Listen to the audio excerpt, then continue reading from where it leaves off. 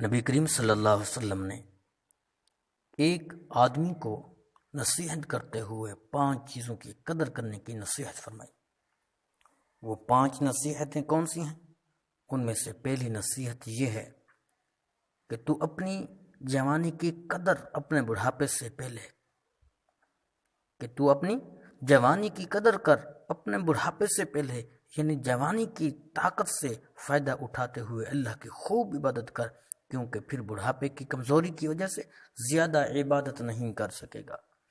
دوسری نصیحت، اپنی صحت کی قدر کر بیماری سے پہلے، یعنی اگرچہ بوڑھا شخص ہی کیوں نہ ہو، صحت کی قدر لازمی ہے، یعنی اپنی صحت سے فائدہ اٹھاتے ہوئے خوب عبادت کرنی چاہیے۔ تیسری نصیحت میرے مدنی کریم آقا علیہ السلام نے یہ کی کہ اپنی امیری کی قدر کر غریب ہونے سے پہلے، یعنی اپنی دولت کے ذریعے مالی عبادات خوب کر لے، کیونکہ اگر غربت آ گئی تو مالی عبادات سے محروم ہو جائے گا۔ غرض نہ شکری کے بجائے شکر اور مال کی قدر کر لے۔ چوتھی نصیحت فرمائی کہ اپنے فارغ رہنے کی قدر کر، ذکر اللہ میں مشغول ہو جا اور جتنی زیادہ سے زیادہ عبادت ہو سکے کر لے۔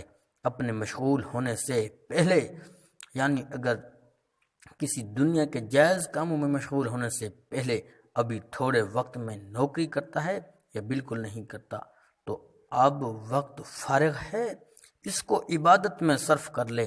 جب چھوٹی چھوٹی نوکری یا زیادہ دیر کام کرنے کی نوکری لگ گئی تو پھر عبادت کا وقت کم ملے گا۔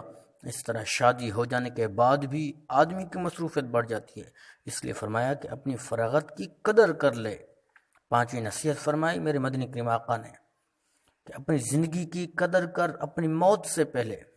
تمام باتوں کا خلاصہ یہ ہوا کہ موت تو آنی ہی آنی ہے اور ہر شخص پر آنی ہے، اور یہ ضروری نہیں کہ بڑھاپے میں ہی موت آتی ہے، بلکہ ہم ہر عمر میں موت آ سکتی ہے۔